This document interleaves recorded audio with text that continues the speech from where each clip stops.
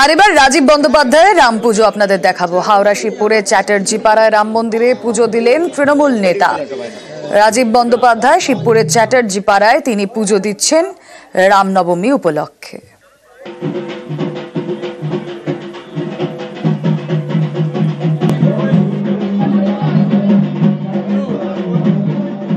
একদিকে রামনবমীর পুজো হচ্ছে, একদিকে বাসন্তী পুজো এবং কুমারী পুজো আজকে হবে।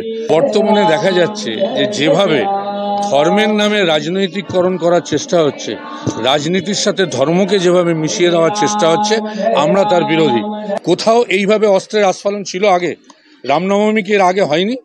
এর আগে পশ্চিমবঙ্গে কোনোদিনও রামনবমী নিয়ে এই অস্ত্রের ঝংকার, এই প্রতিশোধের কথা, এই হিংসার কথা কিন্তু এর আগে কোথাও কেউ শোনেনি। খড়দায় হনুমান মন্দিরে পুজো দিলেন আর পুজো দিয়ে রামনবমী পালন করলেন কৃষি পরিষদীয় মন্ত্রী শোভনদেব চট্টোপাধ্যায়। খড়দা বিধানসভার অন্তর্গত কল্যাণগড়ে হনুমান মন্দির, সেখানে পুজো দিয়ে রামনবমী পালন বিধায়কের। সুবীর দেব প্রতিনিধি রয়েছেন আমাদের সঙ্গে। সুবীর, দেখো, দলীয় কর্মী সমর্থকদের নিয়ে খড়দহ বিধানসভার অন্তর্গত কল্যাণনগর এলাকা, সেখানে হনুমান মন্দিরে বিধায়ক তথা কৃষি পরিষদীয় মন্ত্রী শোভনদেব চট্টোপাধ্যায় সেখানে কিন্তু হনুমান মূর্তিতে মালা পরিয়ে তিনি কিন্তু এই রামনবমী কিন্তু তিনি পালন করলেন এবং পাশাপাশি তিনি বললেন যে রাম সবার এবং রামকে নিয়ে যারা রাজনীতি করছে তারা কিন্তু ঠিক করছেন না, এবং যাই তিনি রাম বলে কিন্তু তিনি দলীয় কর্মী সমর্থক নিয়ে কিন্তু তিনি স্লোগান পর্যন্ত দেন। বেশ,